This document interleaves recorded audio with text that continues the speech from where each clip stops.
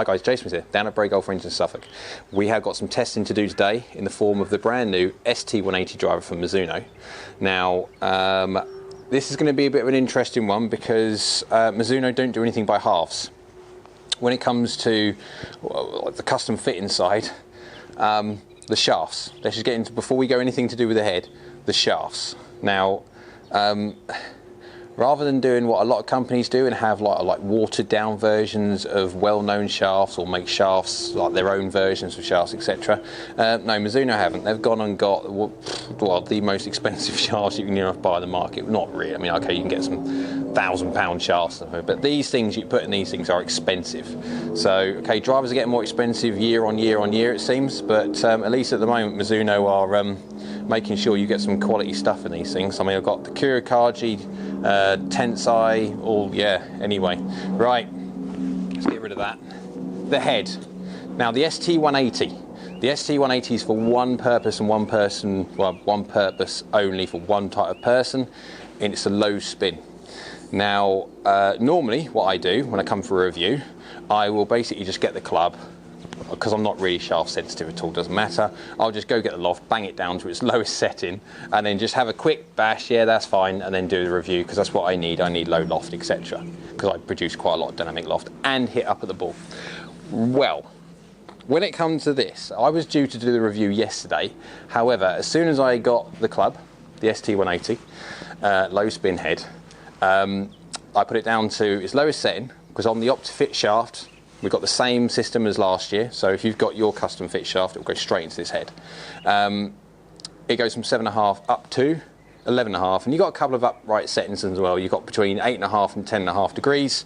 There's upright settings as well. So you've got a lot of customization on the neck. When it comes to the head, no, you've basically just got as it is, which is great. When it comes to the JPX 900 from last year, was just everywhere, just a mess. And now it's great if you got custom fit and you could set it, but yeah, this has got no customization at all apart from this neck. Now, I hit it at 7.5 and instantly it was launching too low and spinning like it wasn't spinning, it was just falling out the air. So, okay, and it took me a while to get dialed in.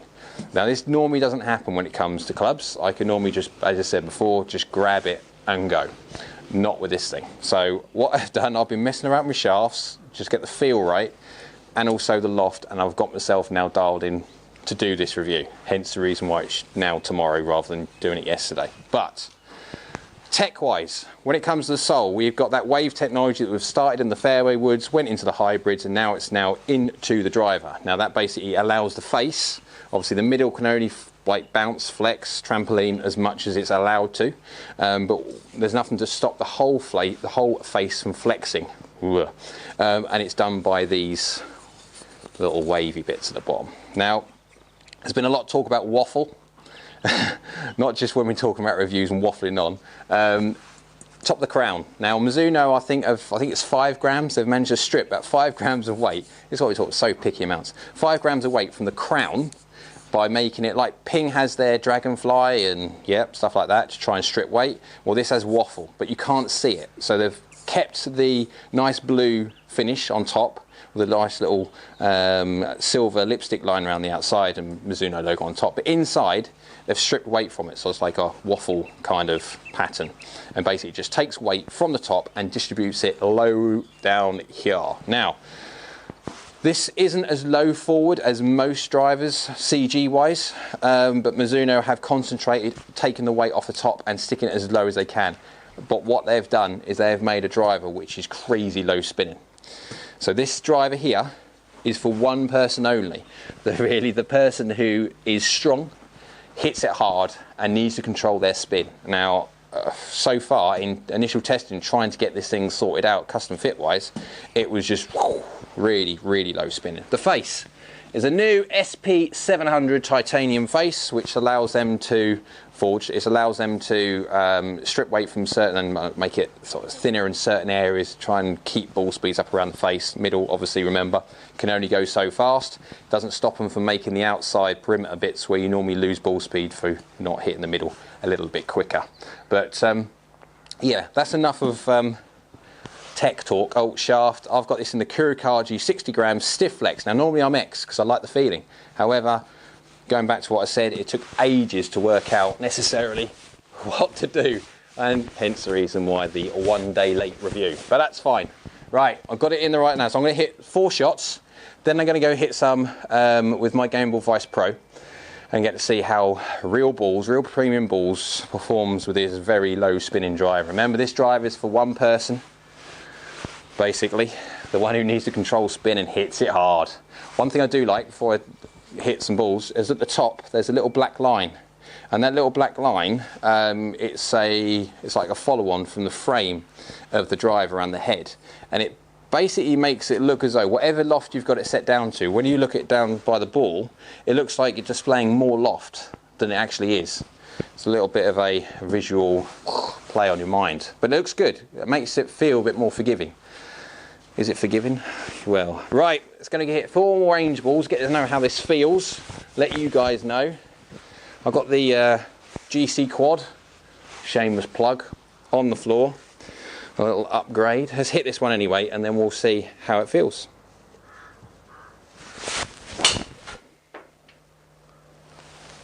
Well, I'm definitely not seeing that range ball again. Right, what we got? Range ball speed 145, carrying 243, a little bit left, not about 15 yards or so left, but 244 with a range ball is very, very handy. Right, very quickly before I do any more, if you guys have seen my other reviews, my club head speeds will be fractioned down now, because for 2018 I am trying to make myself, shall we say, a little more consistent with this thing. Now I found that by swinging as hard as I was around about the 115 mark, now it wasn't absolute full out, I can get up to 120 if I really swing my boots off, but I was being a little bit wayward, so I've just got to try and get used. Now I'm trying to get my swing around about like the 110-ish mark, see if in 2018 that will allow me to be a bit straighter. Yet that was 15 yards left. But there we go. Right, another one. We've got to hit 4 shots.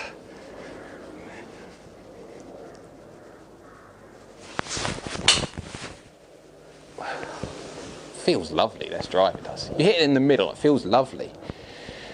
Right, 147 ball speed. Well, okay, I've got rid of the left. That one went right. That's only 10 yards. Wasn't too bad. It was a great feeling, not a bad shot. Got to keep an eye on where these tees go, because these tees do fly out of this mat. It's nice. I like it.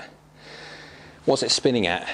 These are range balls. At 2.7 for the first one and 3,000. Now, 3,000 for a range ball, that's quite low for a driver. Dear me. Right. Should we hit a few more? Let's hit a few more. What we got?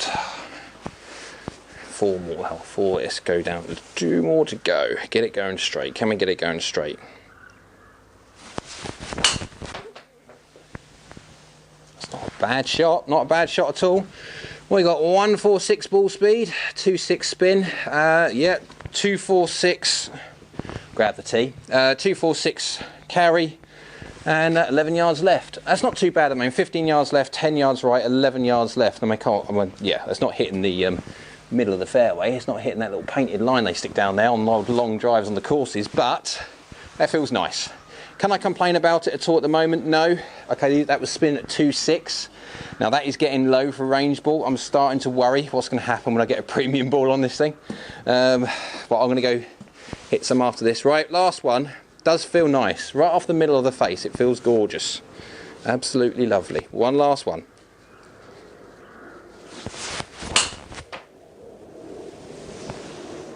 I quite enjoy hitting this. That's nice. What we got? Oh, 147 ball speed, 12 launch, 2.6, 2.45. I tell you what, that you can't get more consistent when it comes to distance. 2.44, 2.44, 2.46, 2.45. Now, okay, I'm going a bit left and right. 15 left, 10 right, 11, 12 left, then 19 left. So I pulled that one a little bit. But I tell you what, they felt lovely.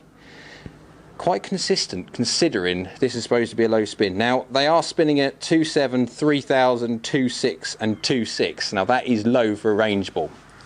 Very low for a range ball. Yeah, right, we're going to go hit this on my quad with my Game Ball Vice Pro and see how premium balls get on with this low spinning driver.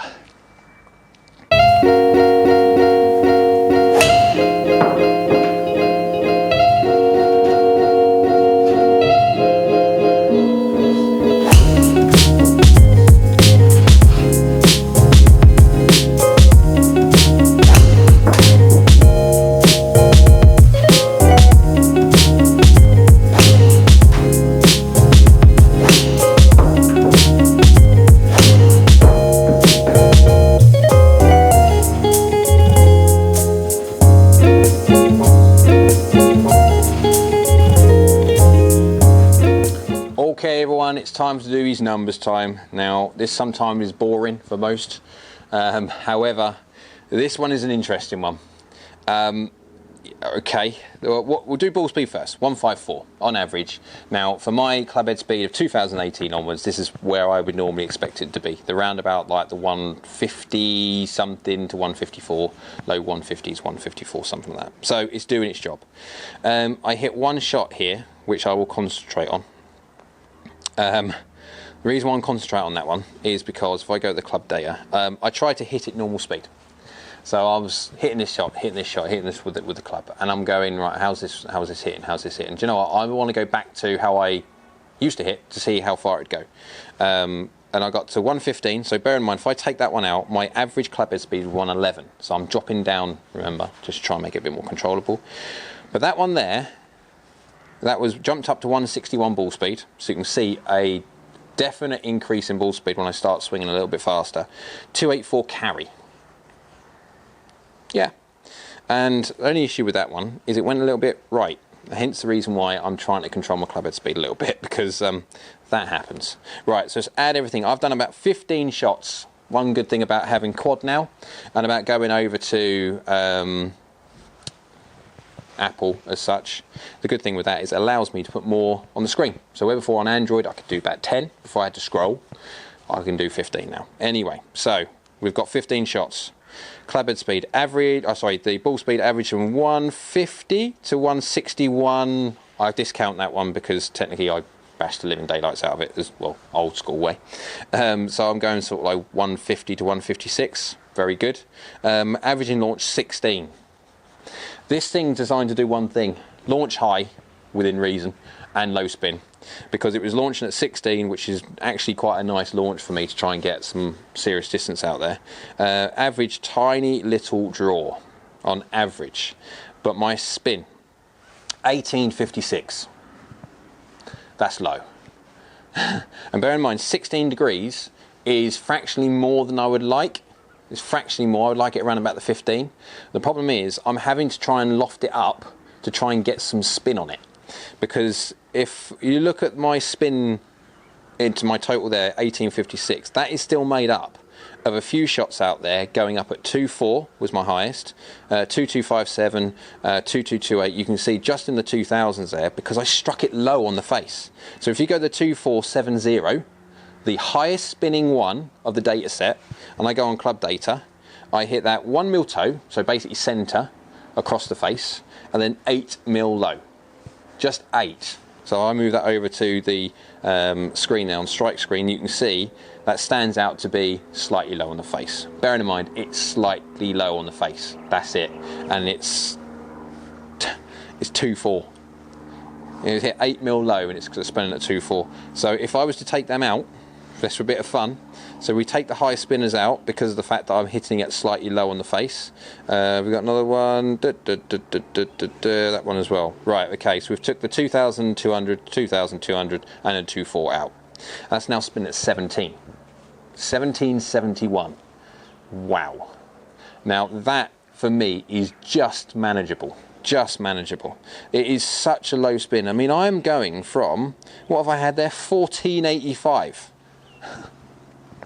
I cannot stress enough how crazy low spinning this club is. I have never in my whole time, in all the Sub-Zeros, I've never hit a club as low spinning as this.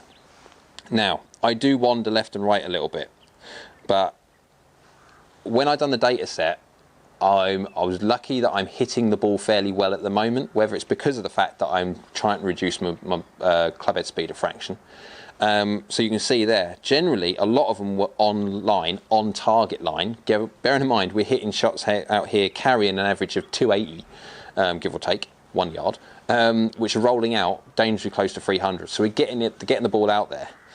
So any kind of deviation from exact zero, it gets worse the further you go.